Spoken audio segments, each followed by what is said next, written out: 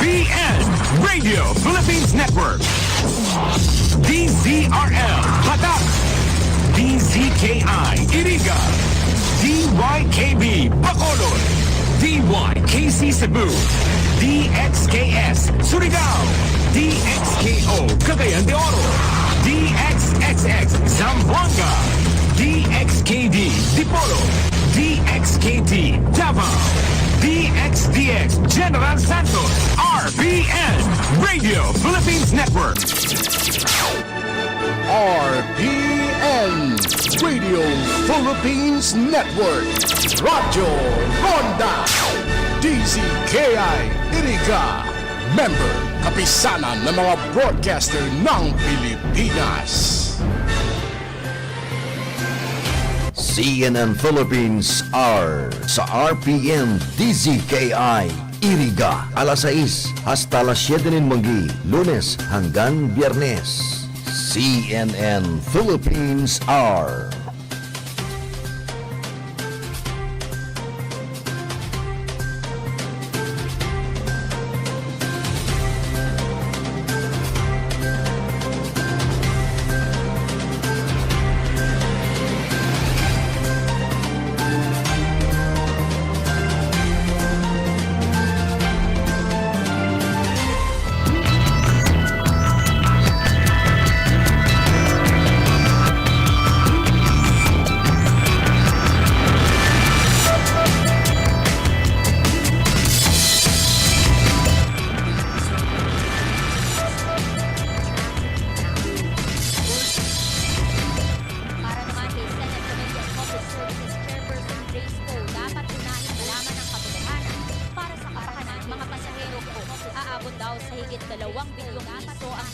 Sa 65,000 na biyaherong apektado.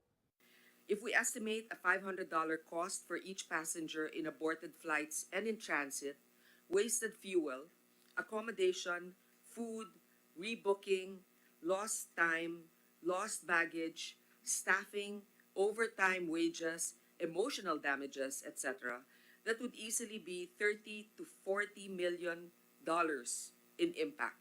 We take full responsibility and accountability for what happened. Ayon sa CAAP, nakikipagnegosasyon na ito sa Sumitomo Thales Venture para sa maintenance ng air traffic management system ng bansa.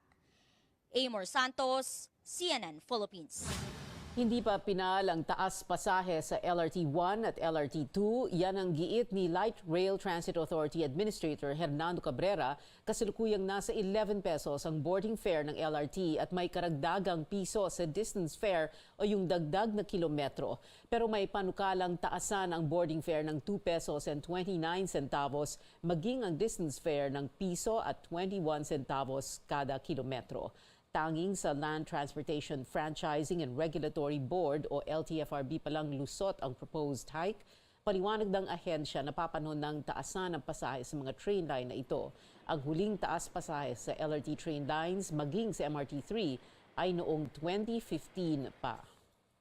This increase is just merely to close the little gap that we have between the cost and the actual operation expenses. I would say there's a 75 to 80% probability na matutuloy po itong increase na ito. Pero paliwanag ng LRTA, hindi lang sa LTFRB nakasalalay ang pag-aproba ng taas pasahe. Marami pa rin daw prosesong pagdadaanan ang panawagang ito. Yung approval ng LTFRB hindi pa po final yan. Lilinawin ko po, nung inapruban po ng LTFRB itong bagay na ito, they are just approving as one member ng LRTA board. Kasi ang taas ng pamasahe ng LRTA, dapat approban ito ng LRTA board. Ang problema, isa lang sa mga membro ng board, ang LTFRB, merong pang 8 na kailangan pagdaanan ito. So hindi pa ito final. At pangalawa, after na ma-approve ito ng the rest or majority ng board members ng LRTA, itong fair adjustment na ito, dadaan pa ito sa regulatory process. At ang regulatory process na ito, kasama dito yung public consultation or public hearing. So hindi pa po final ito at may dadaanan pa pong proseso itong bagay na ito.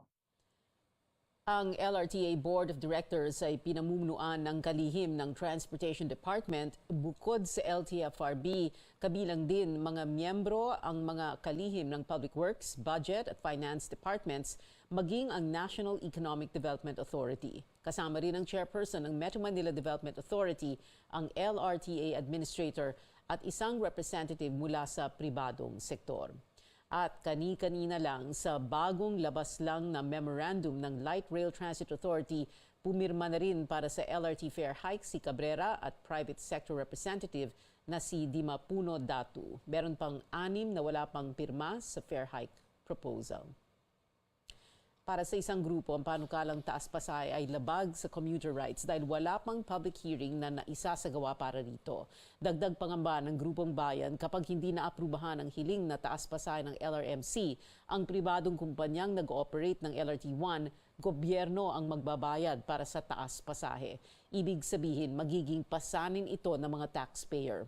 Maalalang ilang beses ding humiling ng fare increase ang LRMC noon pero hindi ito naaprubahan kaya nag-file ito ng arbitration case laban sa gobyerno sa International Chamber of Commerce. Git ng kumpanya na lugi na sila ng 2.6 billion pesos dahil dito. Dagdag pa nito, ayon sa concession agreement, maaari itong magtaas ng pamasahe kada 2 taon. Iginit ng isang grupo na doble pasakit ang sinapit ng commuters ng Grab lalo nitong holiday season. Hirap ng araw silang sumakay, tatagain pa sila sa mahal na pasahe. Kinwestiyon din ang technology ng Grab na nagtatakda ng fare surge. Magulat si Stanley Gahete. Stanley, lusot na ba ang Grab sa gusot? Pia, sa hearing ng LTFRB, ipinaliwanag ng Grab Philippines na base ang fare surge sa supply at demand at bilang ng mga partner driver na naka-online sa particular na oras. Ito ay sa kabila ng lagay ng trapiko at dagsa ng bookings. Paliwanag pa ng Grab, tumaas ng 70% nitong Disyembre ang nagbubook kumpara sa mga nakaraang buwan. Pero ang mga TNVS units nila hindi nadagdagan. Para sa isang commuter group, walang basihan ang mga paliwanag. Ang tanong natin, kailan ba naging enough ang supply? Kahit sa jeep, taxi, bus, lahat yan. Hindi kulang ang sasakyan. Hirap na nga yung pasahero sumakay. Tataasan mo pa yung pasahe nila. Just because konti yung supply. Ayon sa fare matrix, 45 pesos dapat ang base fare. Pero halos dumoble na ito ngayon sa 85 pesos. Ayon sa LTFRB, hindi malinaw sa Grab kung kailan pwede magdagdag ng pasahe ang TNVS. Government as a regulatory, in its regulatory function, should be able to define kailan ka ba pwedeng mag-increase. Is this totally dependent lang sa company? Kasi ang price from one car to the other car ay nag-iiba po. Unlike in a taxi, it's definite po yung rate nila. Sa pahayag ng Grab Philippines, sinabi nito na ang pagbabago sa singil ay naka-align pa rin sa fare matrix para sa mga TNVS at anumang dagdag singil ay nakabase sa algorithm ng supply at demand. Pero questionable pa rin ang teknolohiyang ito ayon sa Lawyers for Commuters, Safety and Protection. Yung technology nila, tanong mo kung inaprubahan ng LTFRB. Tanong mo kung inaprubahan ng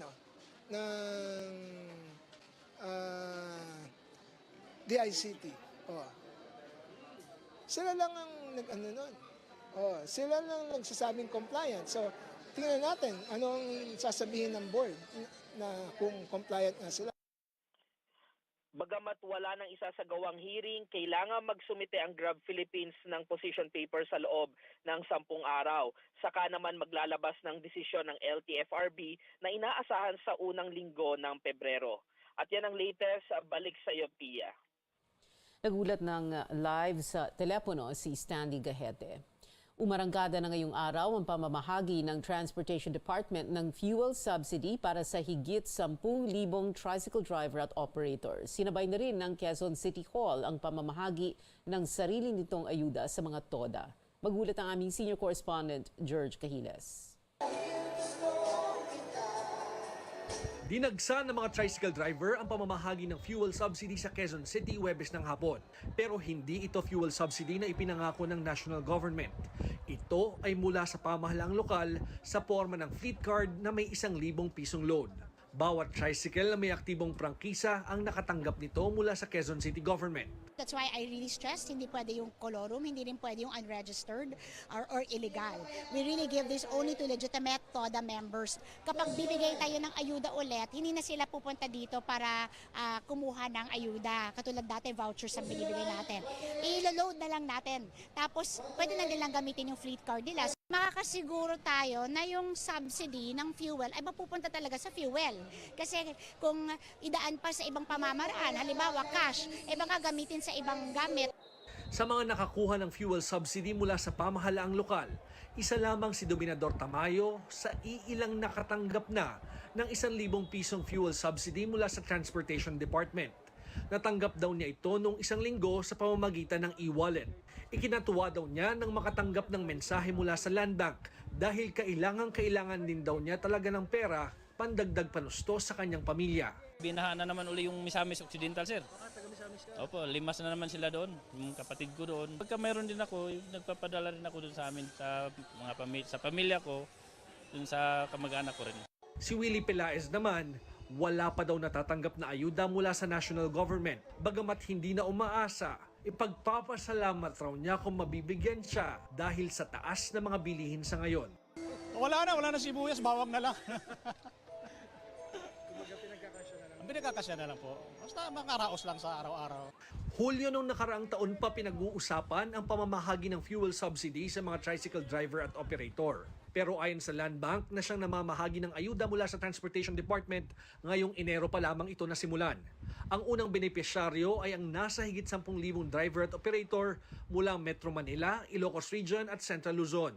Ang reason lang ho naman ho kaya nadidelay ho is kung minsan ho yung address ng tao or yung mga members po ng isang cooperative ng tricycle ng mga TODA hindi po tumutugma doon sa binibigay na data sa amin.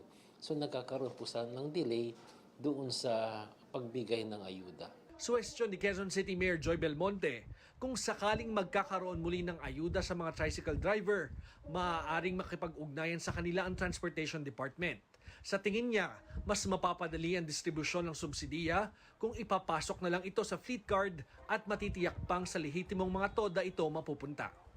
George Cahiles, CNN Philippines. Magbabalik ang libreng sakay program ng gobyerno sa ilalim ng transport subsidy. Sinabi ni Budget Secretary Amena Pangandaman na halos 1.3 billion pesos ang inilaan sa service contracting kasama sa binanggit ng Budget Department na mabibigyan ng pondo ang EDSA busway. Nagtapos ang libreng serbisyo noong December 31, hindi nabanggit ng DBM kung kailan ang balik ng free rides sa EDSA busway. Susunod, presyo ng gulay sumasabay na rin sa pagtaas ng presyo ng ibang bilihin. At isang green comet muling makikita sa kalangitan pagkatapos ng matagal na panahon. Magbabalik ang Newsnight.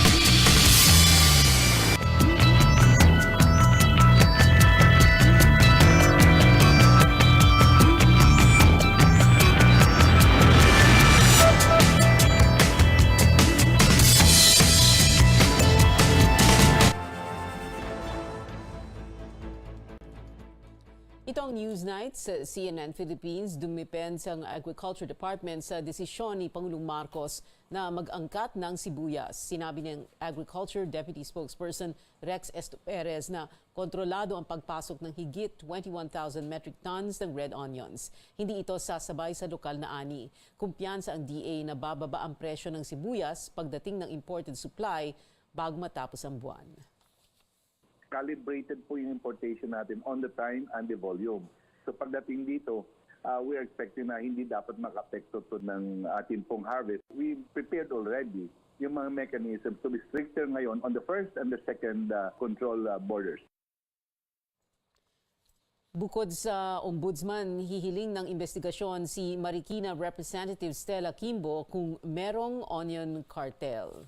Hindi pa man bumababa ang presyo ng sibuyas, sumipa na rin ang presyo ng ilang gulay. Ayon sa Agriculture Department, nagsimula ng magmahal ang ampalaya, cabbage at carrots. Apektado raw kasi mga ito ng frost o matinding taglamig sa Benguet, ang isa sa mga sentro ng kalakalan ng gulay sa bansa. Hindi sinabing eksaktong presyohan ng mga gulay pero posible daw umabot ito mula 10 hanggang 15% ang itataas ng presyo ng mga produkto. Sinabi ng Agriculture Department na patuloy nilang tinututukan ang paggalaw ng presyo ng gulay.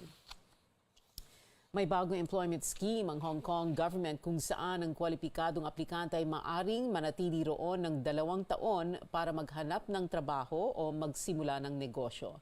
Ang detalye sa report ni Tristan Odalo. Unti-unting nakakabangon na ang labor force ng Hong Kong mula sa epekto ng COVID-19 pandemic. Sa panayam ng CNN Philippines kay Hong Kong Labor Secretary Chris Sun, inamin niya na lubhang nabawasan ang kanilang foreign professionals sa kasagsagan ng pandemya. Kaya naman target ng kanilang gobyerno na hikayatin ang mga ito na bumalik sa syudad. We are urgently in need of having more talents all over the world coming to Hong Kong. In order to attract talents overseas to come into Hong Kong, we have just launched a new scheme and it's called the Top Talent Pass Scheme. Ang Top Talent Pass Scheme ay bagong labor initiative ng Hong Kong na inilunsad online ngayong taon. Ilan sa mga kwalifikasyon para mabigyan ng Top Talent Pass Permit ay ang pagkakaroon ng income na 2.5 million Hong Kong dollars kada taon, nakatumbas ng higit 17 milyong piso. Pasok din ang mga graduate mula sa top 100 universities sa mundo at may hindi bababa sa 3 taong work experience. First come, first serve basis naman para sa mga graduate mula pa rin sa mga prestihiyosong universidad na walang sapat na work experience. The meaning of a pass is you don't need to find a job beforehand. No other conditions attached to your permit. So they can come into once the pass is given to the talent, he can come to Hong Kong, stay in Hong Kong for 2 years. So initial 2 years. Of course, and then if he wants to stay on, he needs to either find a job in Hong Kong or start a business. Malaki rin daw ang potensyal na maging Hong Kong resident sa ilalim ng Top Talent Scheme. Pero paano naman kung hindi ka pasok sa kategoryang ito? May employment opportunities pa rin naman daw na maaaring ikonsidera ang mga Pilipino. We have a talent list, so it covers a data scientist, innovation, financial services, culture as well as legal service, some sort of legal services. If your jobs fall within the 13 categories of a talent list, it's easy for the employers to recruit from the outside. Your outlook for Philippine and Hong Kong relations when it comes to labor opportunities, areas of cooperation, and what can we still expect this 2023? Both Hong Kong and the Philippines will finally open up. So we are restarting our economy and society. So we're going to welcome people all over the world into Hong Kong as well as in the Philippines, create a lot of business opportunities. Apart from that, I think with the COVID restriction behind us and with all the measure in Hong Kong to attract talents, also to attract businesses into Hong Kong, we expect a quite strong economic rebound. Para sa mga karagdagang detalye sa mga labor opportunities na binuksan sa Hong Kong, maaaring magtungo sa kanilang immigration website o talentlist.gov.hk. Bumisita si Hong Kong Labor Chief Son sa Pilipinas ngayong linggo para makipagpulong sa kanyang mga Filipino counterpart. Tristan Udalo, CNN Philippines. Balita sa ibayong dagat, unti-unting bumabalik ang serbisyo sa mga paliparan sa Amerika kasunod yan ng system outage ng kanilang Federal Aviation Administration o FAA. Nagdulot ito ng libo-libong flight delays at cancellations sa iba't ibang panig ng Estados Unidos. Ayon sa datos ng online aviation tracker na FlightAware, higit 10,000 flights patungo at palabas ng US ang naantala, habang higit 1,300 flights naman ang nakansela.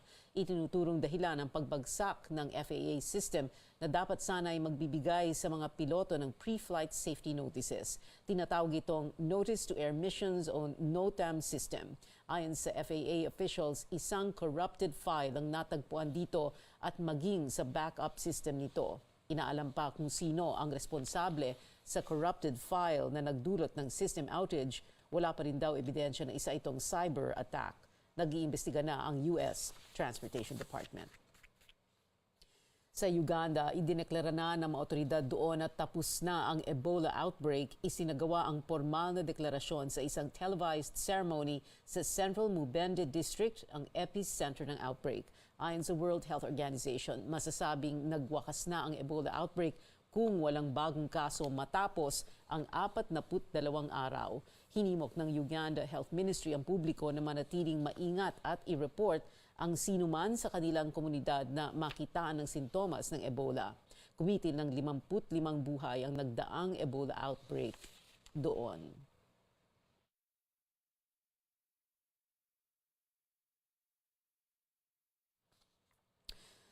Sa France, 6 ang sugatan kasunod ng pag-atake ng isang lalaki sa isang train station sa Paris. Ayon sa mga otoridad, gumamit ang lalaki ng metal hook at pinagsasaksak ang ilang pasahero at isang pulis. Na-neutralize ng mga pulis ang suspect na kritikal ang kondisyon dahil sa tama ng bala. Hindi pa tukoy ang motibo sa krimen. May bagong abangan ng sky gazer sa unang pagkakataon sa loob ng 50,000 taon. Isang green comet ang magpapakita sa kalangitan. Ayon sa National Aeronautics and Space Administration o NASA ng Amerika, mayroon itong nagliliwanag na buntot at may fuzzy appearance. Pinakamalapit ito sa araw bukas. Pinakamalapit naman ito sa Earth sa February 1 at 2. Sa may mga kahilingan dyan, pagkakataon nyo ng mag-wish sa rare green comet. Abangan, Pangulong Bongbong Marcos dadalo sa 2023 World Economic Forum sa Switzerland. At ang sitwasyon sa mga probinsyang dumanas ng matinding pag-ulan dala ng low pressure area, manatiling nakatutok sa Newsnight.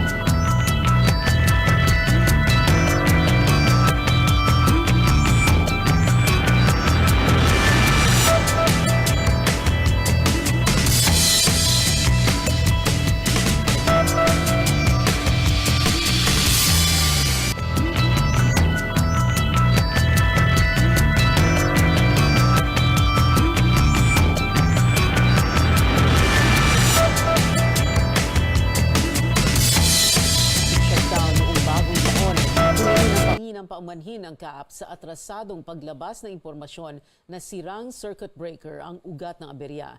Inamin ni CAAP Director General Manuel Tamayo na sa parehong araw alam na nila na dito nagkaproblema pero nais sa publiko lamang ito ngayong linggo.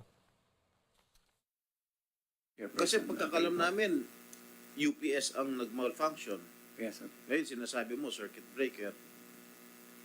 Are you incompetent? I apologize, sir. Navigation. Sabi ng CAAP, hinihintay pa rin ito ang resulta ng forensic investigation sa circuit breaker. Giit ni Tamayo, may kapasidad ang mga tauhan ng CAAP na i-maintain ang CNS o ang Communications, Navigation and Surveillance System ng Air Traffic Management Center.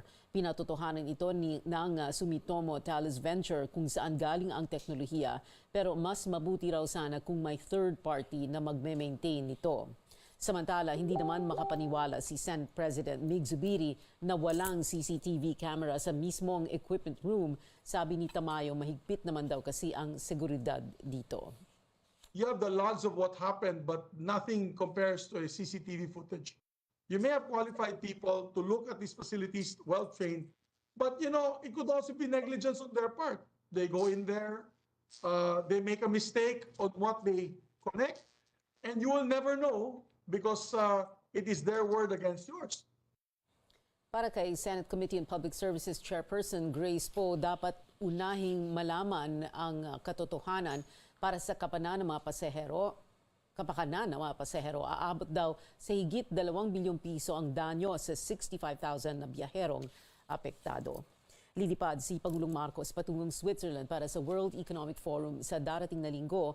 Ano-ano ang maasahan ng mga Pilipino sa muling pagbiyahe ng Chief Executive? Ang detalye mula kay Rex Remitio. Ipapakilala raw ni Pangulong Marcos sa kanyang pagdalo sa World Economic Forum sa Switzerland ang kontrobersyal na Maharlika Wealth Fund.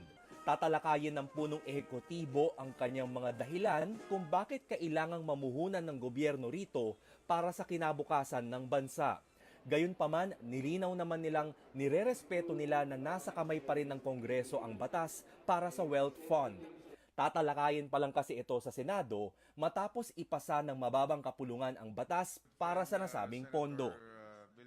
So it's a very soft launch. It's not so don't say that he's launching sovereign wealth fund in Davos. No, it's people do this all the time in fora like this. Samantala, hindi naman daw kasama sa mga pakay ng Pangulo ang Swiss bank accounts ng kanyang pamilya. Ayon kay Foreign Affairs Undersecretary Carlos Oreta, may malinaw raw na legal framework ang Pilipinas at Switzerland. May mga kasunduan at mekanismo raw ang dalawang bansa na magtulungan sa mga legal na aspeto kabilang na ang nasabing issue.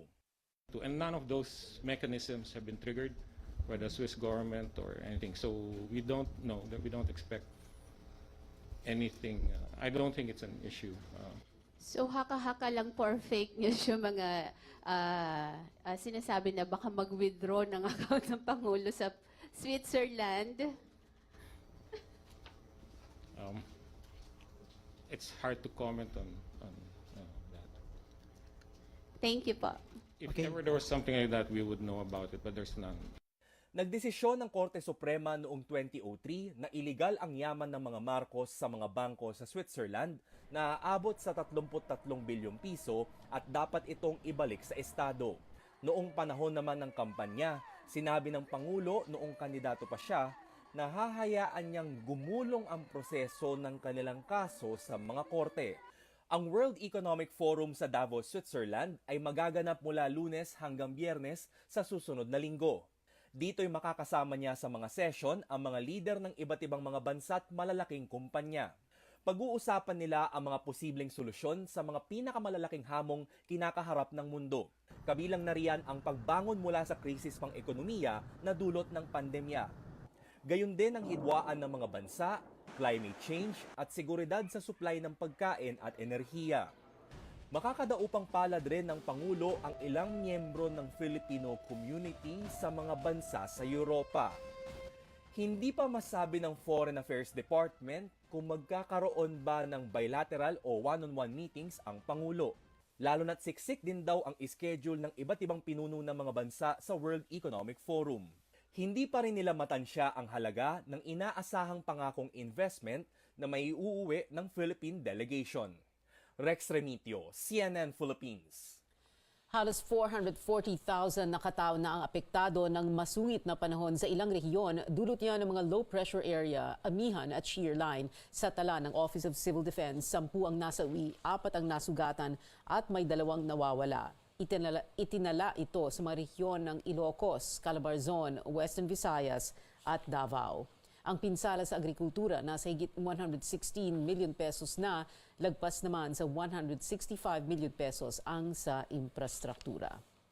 Matindi ang naging hagupit ng low pressure area o LPA at shear line sa mga residente ng Zamboanga at Basilan. Sa Zamboanga City, inilika sa mga residenteng na-trap sa kani-kanilang tahanan bunsod ng matinding pagbaha. Umabot sa lagpas tao ang baha roon ayon sa Coast Guard. Nagbagsakan din ang mga puno at partially damaged ang ilang bahay sa iba't ibang barangay sa syudad. Pero nakapagsagawa na raw ng clearing operations kaninang umaga. May ilan-ilang bahagi naman ng Zamboanga del Norte na gutter deep pa rin ang baha, kabilang dyan ang Barangay Estaca sa bayan ng Dipolog. Hanggang tuhod naman ang baha sa Basilan nitong Miyerkules, dala ng sunod-sunod na malakas na pag-ulan, hindi bababa sa 100 tao ang nasa evacuation center. Pagtitiyak ng mga otoridad, tuloy-tuloy pa rin ang relief operations. Tumungo naman tayo sa Eastern Samar kung saan lubog pa rin sa baha ang maraming lugar. Ang detalye mula kay Tacloban City-based journalist Wilmark Amazona. Wilmark. Yes, Pia, isinailalim sa state of calamity ang bayan ng Hipapad, Canavid at Dolores sa Eastern Samar dahil sa matinding pagbaha. Sa bayan ng Canavid, lahat ng 28 barangay ay lubog sa tubig ayon kay Local Disaster Management Officer Ivy Caspe. Nasa mahigit 3,000 pamilya ang apektado at mahigit 100 pamilya ang lumikas sa mas ligtas na lugar. Ayon pa kay Caspe, nasa 6 million pesos ang inisyal na pagtaya sa pinsala sa agrikultura.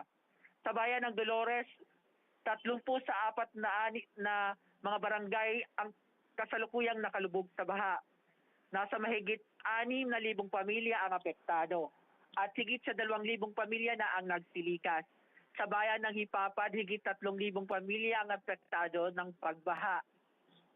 Lahat ng 13 barangay sa Hipapad ay lubog sa tubig ayon kay LDRRM Officer Vicky Avestros. Wala pa rin kuryente at mobile phone signal sa bayan ng Hipapad. Sa inisyal na datos ng Eastern Samar Provincial Disaster Risk Reduction and Management Office, nasa higit 49,000 na pamilya ang apektado ng pagbaha mula sa 18 bayan. Nasa 16,000 na katao naman ang nag-evacuate. Ang mga naapektuhan sa pagbaha bukod sa 3 bayan ay ang siyudad ng Borongan at mga bayan ng Arteche, San Policarpo, Oras, Maslog, Taft, Sulat, San Julian, Maydolong, Balangiga, Llorente, Hernani, Salcedo, Giwan at Lawaan. Samantala, natagpuan na ang isa sa 2 naiulat na nawawala sa Borongan City. Nakita ang labi ni Winifreda Asis na residente ng Barangay Pananagan sa Dalampasigan sa bayan ng Maydolong. Inuulat siyang nawawala noong January 9 matapos natangayin ng malakas na agos ang sasakyan niyang bangka. Patuloy pa rin hinahanap ang kasama niyang si Carlito Dagumay. Humingi na ng tulong si Governor Ben Evarzone sa mga ahensya ng gobyerno gaya ng Department of Agriculture para tulungan ang mga magsasakang nasa lanta. Balik sa Pia. Si Tacloban City-based journalist Wilmark Amazona nag-uulat. Nakaranas ang Cebu Province ng magdamag na buhos ng ulan dahil sa LPA. Kasama rito ang Metro Cebu kung saan may naitalapang flash floods at ang Cebu City na naghahanda para sa pagbabalik ng Sinulog Festival. Ang Disaster Management Office naman ng Oslob kagabi pa naka-high alert para sa posibleng pagbaha at landslides. Hindi rin nakalusot ang bayan ng Barili kung saan may mga nagbabagsakang puno at mapuputik na daan. Nagsuspindi na ng klase ang nasa 27 LGU o local governments ng Cebu ngayong araw. Patuloy na makakaranas ng pag-ulan ng malaking bahagi ng bansa dahil sa isang low pressure area Kasama rito ang Bicol Region, Visayas at Mindanao. Magdadala naman ng maulap na panahon na may pag-ulan ang Northeast Monsoon o amihan sa Cagayan Valley, Aurora, Quezon at Mimaropa. Maulap na panahon rin na may kaunting pag-ulan ang aasahan sa Metro Manila at natitirang bahagi ng Luzon dahil pa rin sa amihan. Sa ibang balita, sinintensyahan ng police chief ng Tayabas at dalawa sa mga tauhan niya ng reklusyon perpetua kaugnay sa pagpatay ng anak ng mayor ng Sariaya, Quezon. May ulat si Catherine Cruz. Hinatulan ng guilty sa kasong murder sila dating Tayabas Quezon Police Chief Mark Joseph Laigo, Police Officer 2 Lonald Sumalpong at Police Officer 1 Robert Legaspi sa pagpaslang kay Christian Gayeta at ang bodyguard nitong si Christopher Manalo noong 2019. Hindi personal na dumalo ang mga akusado pero naka-teleconference ang mga ito mula sa kanilang selda nang binasa ang parusa na reklusyon perpetua at pagbabayad ng tig-75,000 piso para sa death indemnity, moral damages at exemplary damages para sa mga naiwan nila Gayeta at Manalo ayon sa desisyon ni Judge Dennis Orendain ng RTC Branch 53 ng Lucena. Si Christian Gayeta ay anak ni Sariaya, Quezon Mayor Marcelo Gayeta. Naunang sinabing namatay daw ang batang Gayeta at si Manalo sa isang shootout at bago raw ang naging engkwentrong ito ay nahuli sa isang checkpoint na may dalang baril habang may umiiral na gun ban dahil sa eleksyon noong Mayo 2019. Pero ang naging resulta ng medical legal examination ng dalawang nasawi ay nakita ang marka sa kanilang kamay na posibleng pinosasan ang mga ito bago namatay. Kaya naman matapos ang mahigit 3 taon at 10 buwan daw na paghihintay ng desisyon ng korte sa mga akusado, masaya raw ang kampo nila Mayor Gayeta na nabigyang hustisya ang pagkamatay ng kanyang kaisa-isang lalaking anak. Tuntua kami, siyempre, bagamat di nababalik yung anak ko. Alam ko na maraming buhay pa ang naisave namin dahil ginamit lang yung anak ko upang sa ganun maputol ng kalapastangan ng ginawa ng mga datihang pulis na yan. Elated kami at nagtagumpay din ang batas laban sa mga taong ito na gumagawa ng kasamaan na nasira ang imahe ng Philippine National Police dahil sa mga taong ito naging sangkot sa ganitong klase ng karumaldumal na krimen. Ayon naman sa abogado ng mga akusadong sila Laigo, Sumalpong at Legaspi, hindi pa raw pinal ang desisyong ito dahil iaapela pa nila ito sa mas mataas na korte. Considering yung outcome ng naging kaso, we already manifested naman sa court that we'll be availing of all possible and allowed remedies sa accused based on the decision na lumabas. Certainly mag-appeal kami. Pero dagdag ni Mayor Gayeta, patuloy na magbabantay ang kanilang kampo sa mga naging akusado upang siguruhin na matutupad ang naging hatol na reklusyon perpetua sa mga ito. Mula Lucena, Quezon, Catherine Cruz, CNN Philippines. Dinipensahan ni na Defense Secretary-Designate Carlito Galvez at Armed Forces Chief General Andres Centino ang desisyon ng Pangulo na tanggalin si dating AFP Chief Lieutenant General Bartolome Vicente Bacaro at muling ibalik sa pwesto si Centino. Humarap kanina sa media sina Centino at Galvez sa unang pagkakataon matapos matalaga sa kani-kanilang pwesto. Tinanggi ni Galvez na nagdulot ng alitan sa loob ng DND at AFP ang pagpalit kay Bacaro at pagbitiw ng dating Defense Officer in Charge Jose Faustino. Hindi naman masabi ni Centino kung uupo siya bilang AFP Chief sa loob ng 3 taon gaya ng nakasaad sa isang bagong batas. As soldiers, we just have to abide. When I relinquished command of the AFP last year, I accepted the order of the President and waited out for my retirement. And again, when I was appointed, I just had to accept the order. We have to respect the decision of the President. As we have all said, na the armed forces respect the decision of the President and the wisdom of the President. Dagdag ni Galvez, walang mababago sa DND sa kabila ng pagpalit ng liderato ng ahensya. Susunod, PBA Commissioners Cup Finals umabot sa winner-take-all Game 7 na gaganapin sa Linggo. At Celeste Cortez ibinida ang kanyang Darna costume sa Miss Universe 2022, manatiling nakatutok sa CNN Philippines.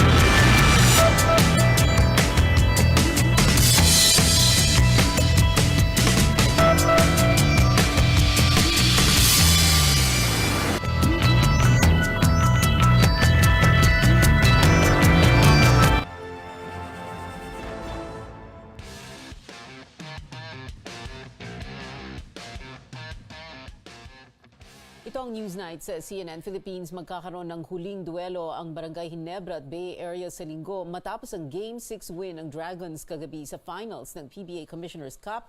Para sa detalye ng mainit na laban, naritong ulat ni Pauline Versosa. Nauwi sa Game 7 ang labanan ng Barangay Ginebra at Bay Area Dragons. Yan ay matapos talunin ng guest team ang Jin King sa Game 6 ng PBA Commissioner's Cup Finals.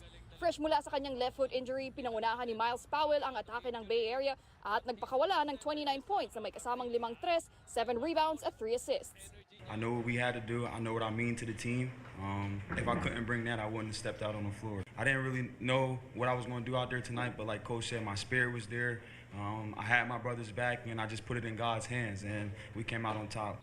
Lamang na ng 12 ang Bay Area sa third quarter, pero lumaban pa ang Ginebra sa likod ng 3-time best import na si Justin Brownlee na gumawa ng 16 points sa third period. Humabol at nakalamang pa ng 7 points ang Barangay Ginebra sa fourth quarter.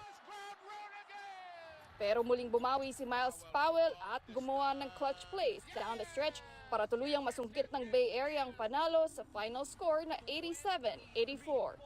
I didn't know we were going to win. I didn't know he was going to make the plays he made, but I knew that something special was coming onto that floor tonight. I've never been a part of anything like this.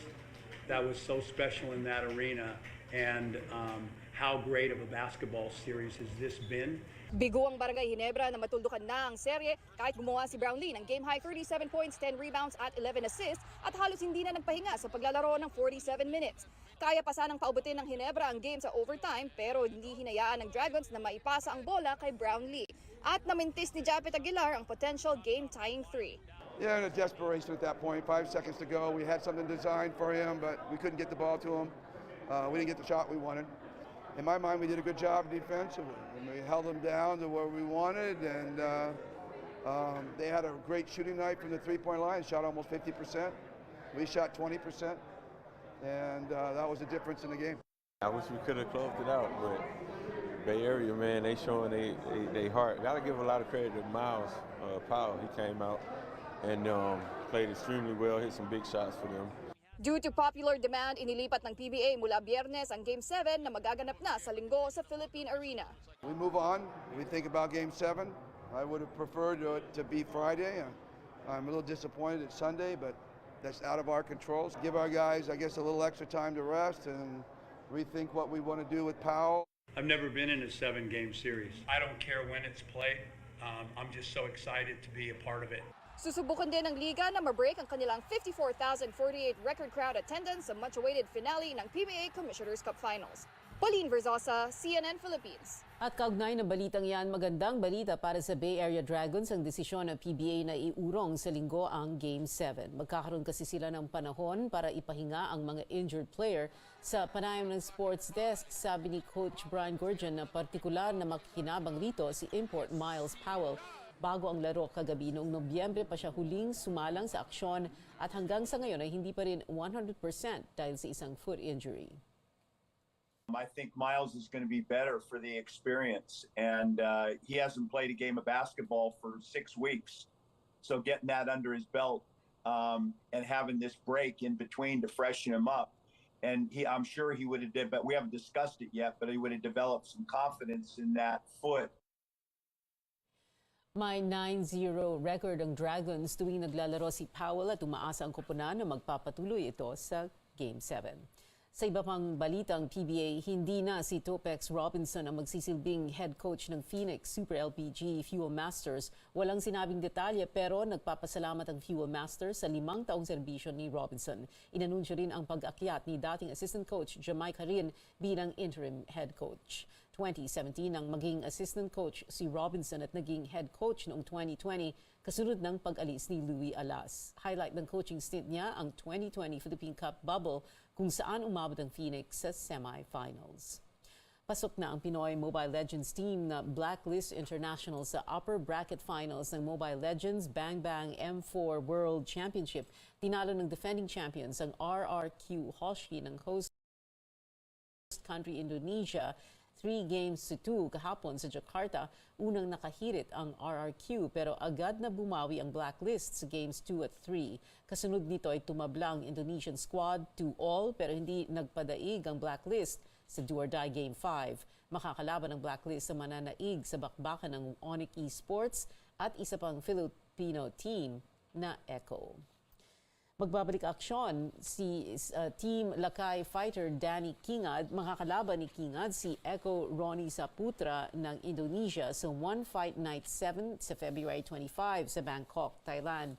Noong December 2021 pa huling lumaban si Kingad kung saan tinalo siya ni Kairat Akhmetov via unanimous decision.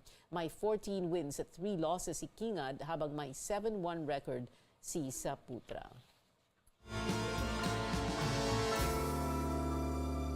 Nagpasiklaba na mga kandidata sa preliminary competition ng Miss Universe ngayong araw. Yan at iba pang showbiz updates hatid ni Sam Sadwani. Sam. Yes, Pia, nagpatalbugan ang mga kandidata suot ang kanilang swimsuit at evening gown sa preliminary competition ng Miss Universe ngayong araw. Hindi naman nagpahuli ang ating kandidata na si Celeste Cortesi. Confidently beautiful na rumampa si Celeste, suot ang kanyang pink two-piece swimsuit. Puting kapa ang kanyang ginamit na may disenyong mga handprints na iba-iba ang kulay. Handprints ito ng mga bata sa Marawi na pinuntahan ng beauty queen para sa isang outreach program. Stunning at very regal naman ang kanyang dating, suot ang sky blue evening gown na gawa ng Pinoy designer na si Oliver Tolentino. Si Tolentino rin ang nagdisenyo ng preliminary gown ni Miss Universe 2015 na si Pia Wurtzbach. Fierce naman na rumampa si Celeste bilang iconic Pinay superhero na si Darna. Si Tolentino rin ang nagdisenyo ng costume ni Celeste, habang si Jerome Navarro ang gumawa ng headpiece nito. Viva Pit Senor! Ngayong weekend na ang inaabangang Sinulog Festival sa Cebu City. At kasabay niyan ay ang Wavy Baby Music Festival. Hatid ito ng Careless Music record label ni James Reid kung saan kabilang din ang aktor sa mga magpe-perform. Ongoing na ang ticket sales para sa 2-day music festival na gagawin sa North Reclamation Area sa Mandaue City. Ang mga bibili ng tickets ay magkakaroon ng libreng festival pass sa Sinulog. Magsisimula ang event 1:00 ng hapon. I think what makes it different really is the scale of the events and the lineup of artists that we have coming in, both locally and internationally. And I think, the goal really is to create a one-of-a-kind festival here in Cebu. And the goal is kind of like the Coachella of Southeast Asia. So hopefully this is something we can bring also outside of the Philippines. Ayon kay James Reid, kakantahin niya ang mga kanta mula sa kanyang Love Scene album at mga kantang naisulat niya ngayong panahon ng pandemya.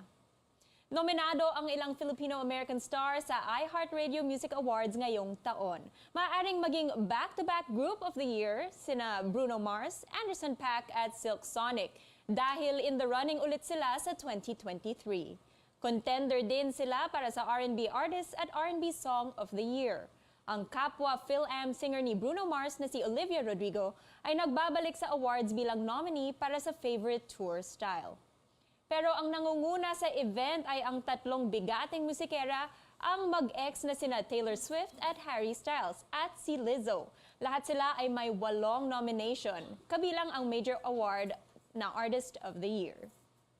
Hindi rin nagpahuli ang K-pop acts sa nominations. Up for Best Music Video ang Yet to Come ng BTS. At ang miyembro si Jungkook ay may doubling chance of winning dahil nominado rin ang kanta niyang Left and Right kasama si Charlie Puth. Si Jungkook ang unang K-pop solo act na na-nominate sa awards. Ang girl group na Blackpink naman may 4 na nominations kasama ang Best Group of the Year. At yan ang updates para sa Showbiz Spotlight para sa araw na to. Balik sa iyo, Pia. Maraming salamat, Sam Sadwani. Japanese passport holders ang pinakaswerte sa pagbabiyahe ngayong taon dahil sila ang may pinakamaraming bansang pwedeng puntahan kahit walang visa para sa lugar na yon. Ayon sa 2023 Henley Passport Index, maaring dumayo sa 193 na bansa ng visa-free ang mga galing Japan. Sinundan ito ng 2 pang Asian countries sa ranking, ang Singapore at South Korea. Ang Pilipinas naman nasa ika-78 spot. At yan ang mga kailangan ninyong malaman ngayong Huwebes, January 12, 2023. Magkita-kita ulit tayo bukas dito sa CNN Philippines. Ako si Pia Hontiveros at ito ang Newsnight.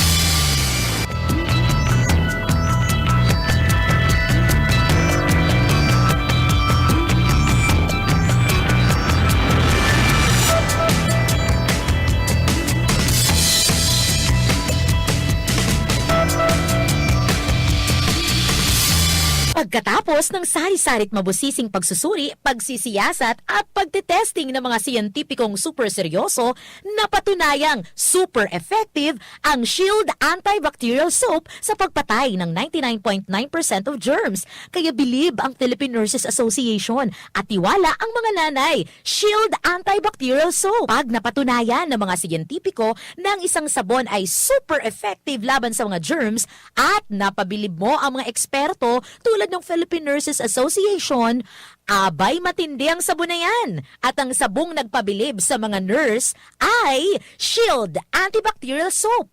Patay ang 99.9% ng germs, kaya tiwala ang mga nanay. Araw-araw, milyong-milyong mikrobyo ang hinaharap ng mga nurse pag sila'y on duty. Ang sabong nire-rekomenda ng Philippine Nurses Association para labanan ang mga germs ay Shield Antibacterial Soap. Napatunayan sa mahigpit na pagsusuri na sa Shield, patay ang 99.9% ng mikrobyo. Shield, bilib ang mga nurse, tiwala ang mga nanay. Shield Antibacterial Soap. Napatunayang super effective sa germs, 99.9% patay. Available in 4 exciting scents: Cologne Fresh, Menthol Cool, Sakura Bloom, and Honey and Orange Blossoms. Subukan ang Shield Antibacterial Soap. Bilib ang mga nurse. Tiwala ang mga nanay. Pagdating sa germs, huwag maging kampante dahil naghihintay lang ang pagkakataon ng mga yan para atakihin ang pamilya mo. Ugaling maghugas ng kamay. Anong sabon ang dapat gamitin? Ayon sa mga eksperto tulad ng Philippine Nurses Association, Shield Antibacterial Soap. Patay ang 99.9% ng mikrobyo. Napatunayan yan sa masusi at mabusising lab test. Shield Antibacterial Soap. Bilib ang mga nurse, kaya tiwala ang mga nanay. Misis, dahil mas madalas ang stay at home ng pamilya, mas madalas ang eat at home at mas madalas ang paghugas ng kawalit kaldero. Buti may solid laban sa heavy-duty hugasin. Ang number 1 Smart Dishwashing Paste with Double Tanggaling Formula. Solid magtanggal ng heavy-duty sebo. Solid din magtanggal ng bakterya. Kaya bawat pahid, linis solid. Smart Dishwashing Paste. Manufactured by ACS Manufacturing Corporation. ISO certified, world-class quality. Misis, ang sarap ng feeling pag may solid kang maaasahan sa bahay, di ba? Yung hindi ka bibitinin. Pagdating sa heavy-duty hugasin, solid na maaasahan ang number 1 Smart Dishwashing Paste with Double Tanggaling Formula. Solid magtanggal ng heavy-duty sebo. Solid din magtanggal ng bakterya. Kaya bawat pahid, linis solid. Smart Dishwashing Paste. Manufactured by ACS Manufacturing Corporation.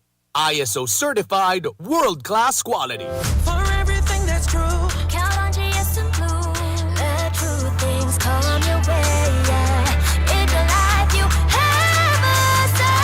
So choose what you sa bandang barkada, GS and Blue ang kasama. GS and Blue. Choose what's true. Okay lang to make mistakes. Kung sa sarili, totoo at hindi fake. Dahil ito ang GS and Blue. Drink responsibly. First on radio, DZKI-IRIGA welcomes CNN Philippines to bring you the latest. News you can use, news you can trust. Listen to Newsnight, weekdays, 6 p.m. We now go above and beyond the headlines. Followed by Med Talk Health Talk. We'll talk about how to keep ourselves healthy during the pandemic. Politics as usual. In this country, not everything really goes according to plan, and politics is, as usual, Up close and more. Catch CNN Philippines Hour on DZKI-IRIGA. Weekdays, 6 to 7 p.m. Magandang araw po! Sir, nakainom na kayo nitong iBerry. Pangalan po natin? Ako si Ronaldo Budisto, 59 years old. Sa umaga at sa gabi. Sa umaga at sa gabi, tapos ng kain. Pwede niyo po bang maibahagi itong paggamit yun ng iBerry? Then, dati ako cook, then diabetic ko. Tapos, hindi na ako malabo ng mata ko. Then, lagi na watery ng mata ko. Ah, so dahil pala sa diabetes. Narinig ko ng iBerry, try ko. Ilang bulan, hindi may ano ng mata ko. Kikita na ko. Then, tuloy-tuloy na ako ng iBerry. Salamat sa iBerry. Kayo din, may limas mata. I-try nyo ang iBerry. The best. Subukan ang pinakabagong iBerry Gold na may 10 mg na lutein at mas mura sa ibang brand. Ang iBerry Gold ay mabibili sa mga suking butika. Aram daw nindo kung taano importante ang kidney sa satuyang lawas. Ini ang nagsasara kan mga ati asin toksin sa satuyang dugo. Kung maraot ang satuyang kidney asin dai magfunksyonin tama, posible magkahelang kita asin magkaigwanin man lain-lain na kailangan. Arugkan panluluya, kulang sa turog, difisil na pag-ihi, gatok na kasukasuan, pagkaribong asin difisil na paghangos. Tanganing makalikay sa helang sa kidney, ang solusyon dyan, iyoan Kidney Care. Ang Kidney Care, produktong gibo pa sa Amerika. Asin may sangkap na vitamins asin minerals na nagpapakusog kan sa tuyang kidney. Ang Kidney Care, katabang man sa padagos na sirkulasyon asin paglinig kan toxin sa lawas na. Kulita mahal na marhay ang magpa-dialysis asin magpa-opera sa kidney stones, kaya alikayan ang kidney stones, UTI, dialysis asin kidney failure. That's why you really care. Always take care of your kidney with Kidney Care. Ang Kidney Care mababakal sa Mercury Drug, Watson's, South Star Drug, Rose Pharmacy asin mga nangingenot na drugstores nationwide. Ang Kidney Care hindi gamot at hindi dapat gamitin panggamot sa anumang uri ng sakit. Pagkatapos ng sari-sarit mabusising pagsusuri, pagsisiyasat at pagtitesting ng mga siyentipikong super seryoso, napatunayang super effective ang Shield Antibacterial Soap sa pagpatay ng 99.9% of germs. Kaya bilib ang Philippine Nurses Association at tiwala ang mga nanay. Shield Antibacterial Soap. Pag napatunayan ng mga siyentipiko na ang isang sabon ay super effective laban sa mga germs at napabilib mo ang mga eksperto tulad ng Philippine Nurses Association, abay matindi ang sabon na yan. At ang sabong nagpabilib sa mga nurse ay Shield Antibacterial Soap. Patay ang 99.9% ng germs, kaya tiwala ang mga nanay. Araw-araw, milyong-milyong mikrobyo ang hinaharap ng mga nurse pag sila'y on duty. Ang sabong nire-rekomenda ng Philippine Nurses Association para labanan ang mga germs ay Shield Antibacterial Soap. Napatunayan sa mahigpit na pagsusuri na sa Shield, patay ang 99.9% ng mikrobyo. Shield, bilib ang mga nurse, tiwala ang mga nanay. Shield Antibacterial Soap. Napatunayang super effective sa germs. 99.9% patay. Available in 4 exciting scents: Cologne Fresh, Menthol Cool, Sakura Bloom, and Honey and Orange Blossoms. Subukan ang Shield Antibacterial Soap. Bilib ang mga nurse. Tiwala ang mga nanay. Pagdating sa germs, huwag maging kampante dahil naghihintay lang ang pagkakataon ng mga yan para atakihin ang pamilya mo. Ugaling maghugas ng kamay. Anong sabon ang dapat gamitin? Ayon sa mga eksperto tulad ng Philippine Nurses Association, Shield Antibacterial Soap. Patay ang 99.9% ng mikrobyo. Napatunayan yan sa masusi at mabusising lab test. Shield Antibacterial Soap. Bilib ang mga nurse, kaya tiwala ang mga nanay. Misis, dahil mas madalas ang stay at home ng pamilya, mas madalas ang eat at home at mas madalas ang paghugas ng kawalit kaldero. Buti may solid laban sa heavy-duty hugasin. Ang number 1 Smart Dishwashing Paste with Double Tanggaling Formula. Solid magtanggal ng heavy-duty sebo.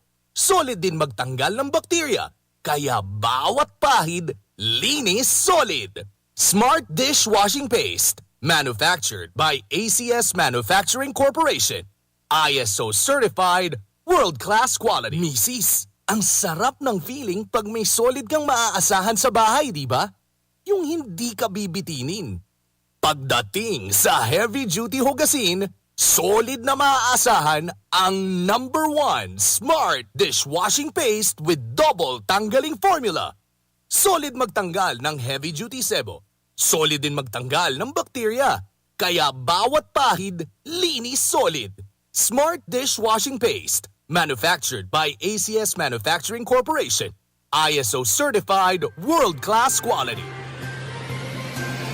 CNN Philippines R sa RPN DZKI-IRIGA alas 6 hasta las 7 ng Lunes